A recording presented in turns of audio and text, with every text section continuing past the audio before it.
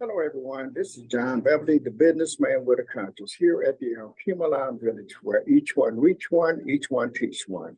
One brick, one building, one block at a time. And as we often say, people don't care how much you know until they know how much you care. We show that we care by the things that we do. And I just want to wish you guys a happy holiday, happy Kwanzaa, Merry Christmas, Happy New Year, season's greetings, and the whole 9 yards. And remember, stay focused, watch your surroundings. And I just want to wish each and every one of you a happy new year, a healthy and prosperous one. Today we're here with Elder Piaki, and he's going to share some information with you guys. Elder Piaki? Yes, sir, my brother. For all of those out there to hear our voice, we want to wish you a good ending in this year and a better next year. Some of the things that I relate to in traditional concepts of community, as far as how we treat each other going through these days, some days difficult, some days easy. But at the end of the day and toward the end of the year, we had a custom that the community would come together to celebrate, and the opportunities for reconciliation and redemption and all of that came about because they would ask each member of the village, whether you had personal contact with them or not, have I offended you at any time?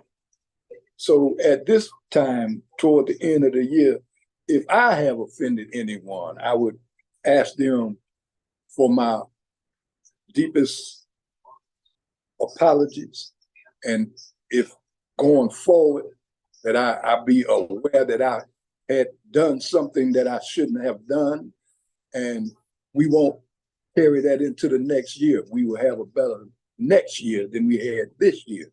So those things in our tradition kept our community strong and kept our community alive with love and respect for each other. And those things we have lost because we're living in a foreign land. This land, though we helped build it, the people that's running it now, they don't have the same morals that we have. If you look at what's going on in everyday life now, with all of this confusion, and it's done on purpose to keep people who are upwardly mobile, stable, to unstabilize them, to dehumanize them, to take them back into a place where they're fighting for survival. And those things that we see perpetuated on the news, we have to really ask ourselves, is this what our children are going to be faced with in the future? So I hope to say that we take account for our own actions in this life, and that we make a better way and a better example for our children in the future, who will be able to handle and deal with this mess that they're going to be faced in the near next life. So being part of African tradition, Kwanzaa being one of our celebrations toward the end of the year harvest, we had more than one harvest in our African societies, because in some parts of Africa, 3 crops could be grown and harvested within 1 year.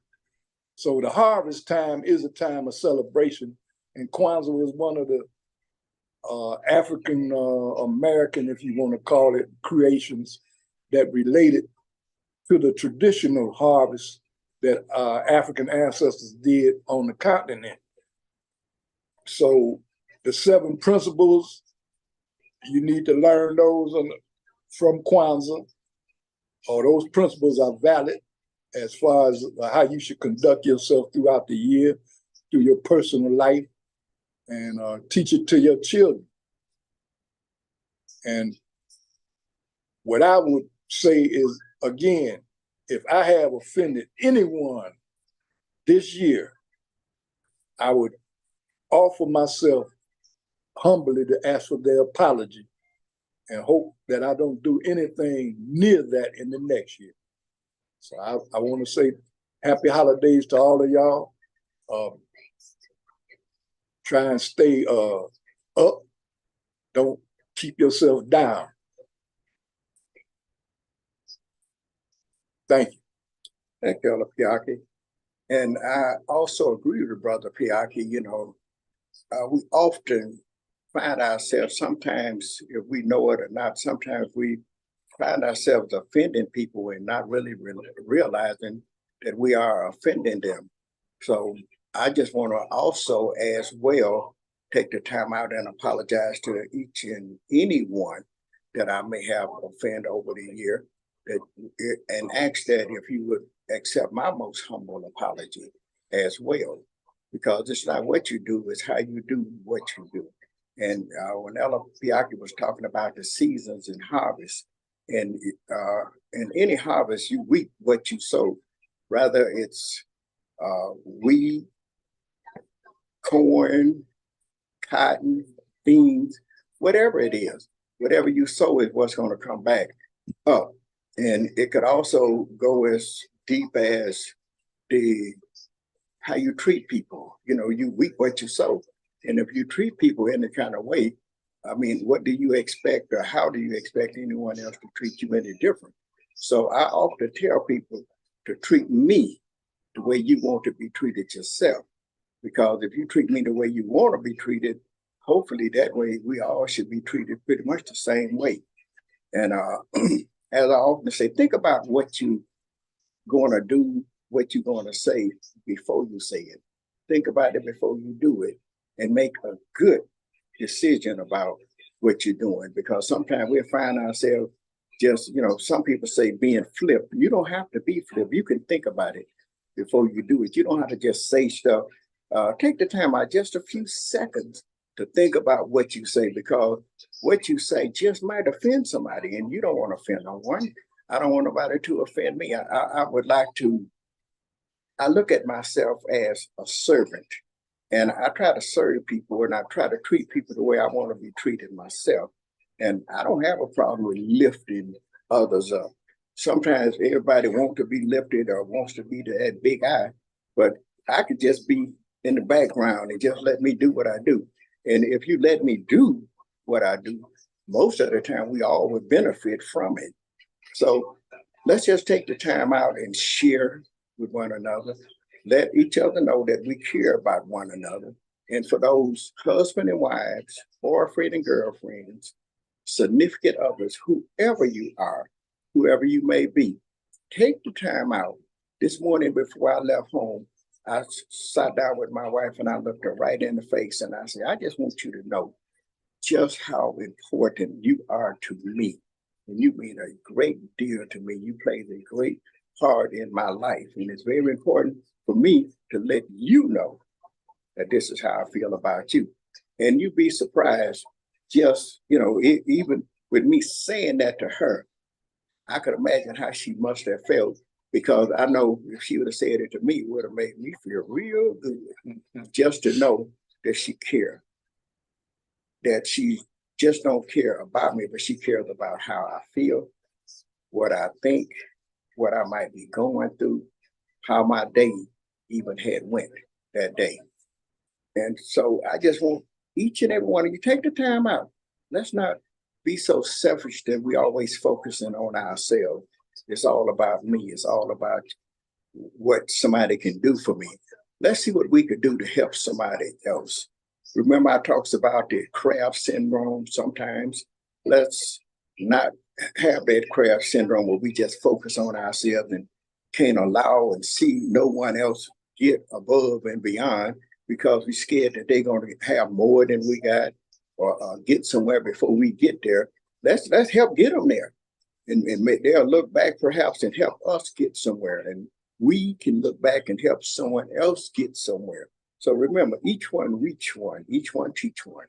Whether it's one brick or one person, one block, or many people at a time. Remember that. So let's just stay focused and try to help meet the need. Brother Piak, anything else you'd like to say? Your famous words is that people don't know how much you care until They don't care how much you know until they know how much you care. And I care enough because if I didn't, I wouldn't take the time out to try to share this kind of information with you. Even I realized that when I was coming up, my mom and dad would whoop me and would tell us sometimes, this is going to hurt me more than it's going to hurt you. I beg the difference because you're not getting this on your backside. You're putting it on mine. But nevertheless, as over the years, I recognized that if it had not been for a lot of those whoopings and gave me something to think about, and if they didn't care enough about me, maybe at that time, and today we call it abuse, but that was a way that at that particular time, they weren't for me with all this abuse stuff. So that was the only way that they knew how to get our attention. So they got it. And I'm glad they did because I turned out to be, I think, a pretty decent guy. I don't think that was abuse. I think that was out of love. Yes, Because exactly. everything in nature, every parent in nature chastises its young for safety reasons, for fear of harm, and for just to make sure that they grow the right way. And that's not a sin. That's not a deterrent. That's something that is lacking because abuse is evident when you grabbing a child like it's a grown person and then bruising it up, beating it and causing damage to it. That's not love. But when you check a child and you tell a child not to do something and that child defies you and you see where that child is headed toward harm, you're going to put a little wood on the behind. I had it put to mine a few times. And when they tell you, grandmas tell you about that old potbelly stove in the kitchen when it was red hot, don't touch that stove. If you touched it, you find out why. So be a little more aware of what you teach your children and how you teach your children. Man, I appreciate that, Yaki. And I totally agree with you. My children used to tell me, so Dad, don't, I mean, after, just before I would whoop them sometime because that's the way I was brought up. And I would have a little lecture with them. I would talk to them and explain to them, do you know why I'm whooping you? Did you know if you hadn't did what you did, you wouldn't be getting this whooping? And they just look at me like, here we go again. Do we have to listen to this? Can you just whoop us and let's get this over with? But I realized that in some cases, my mom and dad, they didn't tell me. So I found out that later on that it was because of the things that I was doing and because of those decisions that I was making was bringing about those consequences. And the consequences was that wood on my behind. So I learned better. They say you understand it better by and by. So by and by, I understood. So hopefully today, Mr. Elder Piaki and I said something to encourage you, something to give you something to think about. Thank you for listening to John Beverly, the businessman with a conscience. Remember, here at the Alcumalon Village, where each one reach one, each one teach one. One brick, one building, one block at a time. And don't forget, people don't care how much you know until they know how much you care. Thank you and have a great day. We show that we care by the things that we do. Thank you. Thank you.